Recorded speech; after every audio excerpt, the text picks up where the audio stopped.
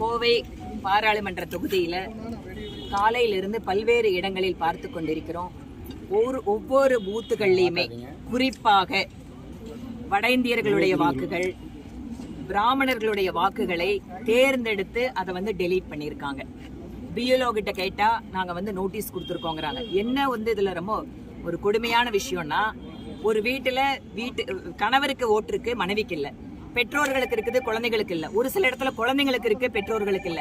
இந்த மாதிரி திட்டமிட்ட ரீதியில் வேண்டுமென்றே பாரதிய ஜனதா கட்சிக்கு விழுகின்ற வாக்குகள் என்று தெரிந்த வாக்குகளை இவர்கள் ஒவ்வொரு பூத்திலேயும் திட்டமிட்ட ரீதியில இங்க நீக்கி இருக்காங்க. இதனால இந்த பகுதியில் குறிப்பாக கோவை வடக்கு சட்டமன்ற தொகுதியினுடைய இந்த பூத்துல கவுண்டபாளையம் தொகுதியில இந்த குறிப்பாக அங்கப்பா கல்லூரி வளாகத்தில் இருக்கக்கூடிய பூத்துல 830 வாக்குகள் திட்டமிட்டு அவர்கள் இதை எடுத்திருக்காங்க, நீக்கியிருக்காங்க.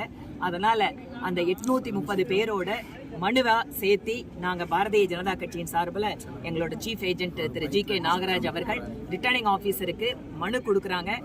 இந்த பூத்துல மறு வாக்குப்பதிவு நடத்தப்பட வேண்டும் அப்படிங்கறத நாங்க உடனடியா தேர்தல் ஆணையத்துக்கும் அனுப்புறோம்.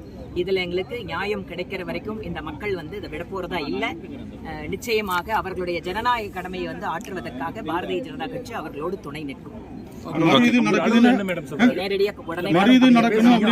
இதுல இந்த பூத் மட்டும் இல்லைங்க, கவுண்டமலை சட்டமன்ற தொகுதியோட இந்த பூத் மட்டும் இல்ல, ஈவன் தெற்கு தொகுதியில கூட குறிப்பாக தெப்பக்குளம் பகுதியில அதிகமாக வட இந்தியர்கள் வசிக்கின்ற பகுதியில இதே மாதிரி பிரச்சனை. அங்கேயும் நாங்க மனு கொடுக்கிறோம். இந்த மாதிரி எங்கெங்கெல்லாம் எந்த பூத்துகள் எல்லாம் இந்த மாதிரி திட்டமிட்ட ரீதியில வாக்குகளை நீக்கி இருக்காங்களோ அங்க எல்லாமே நாங்க மனுவை கொடுத்து மறு வாக்குப்பதிவு நடத்துவதற்கு நாங்க அரசாங்க தேர்தல் கமிஷனுக்கு நாங்க எங்களோட மனுவை கொடுத்தோம். இங்க இருக்கக்கூடிய தேர்தல் அதிகாரிகள் என்ன சொல்லிருக்காங்க? தேர்தல் அதிகாரிகள் என்ன சொல்றாங்க, நாங்க ஜனவரி மாசத்துக்கு முன்னாடியே அவங்களுக்கு எல்லாம் நோட்டீஸ் கொடுத்து அதுக்கப்புறம் எடுத்திருக்கோம் அப்படிங்கிறாங்க. ஆனா அது உண்மை இல்லை. எப்படின்னு கேட்டா, அவங்க நோட்டீஸ் கொடுத்தான்னு சொல்றாங்க, ஆனா நோட்டீஸ் யாருக்குமே வரல. அப்ப இவங்க யாருக்கு நோட்டீஸ் கொடுத்தாங்க? சொந்த வீடு எல்லாமே அந்த இடத்துல 15 வருஷம் 20 வருஷம் வசிக்கிறவங்க. பாருங்க, அந்த அக்கா சொல்றாங்க 40 வருஷமா குடியிருக்கிற ஒரு வீட்டுல அவங்க வீட்டை காலி பண்ணிட்டு எப்படி இவங்க எடுக்க முடியும்? ஆக திட்டமிட்ட ரீதியில இதுல இங்க இருக்கக்கூடிய உள்ளூர் அதிகாரிகள் இந்த வேலையை பார்த்திருக்காங்க அப்படிங்கறது எங்களோட. இந்த மாதிரி இந்த இடத்துல ஆளுங்க இல்ல, ஷிஃப்ட் ஆயிருக்காங்க, நாங்க வெரிஃபிகேஷன் பண்ண போனோம், அவங்க காலி பண்ணதா சொன்னாங்க. இந்த மாதிரி ஏதோ ஒண்ணு இவங்களே எழுதிக்க வேண்டியதானே.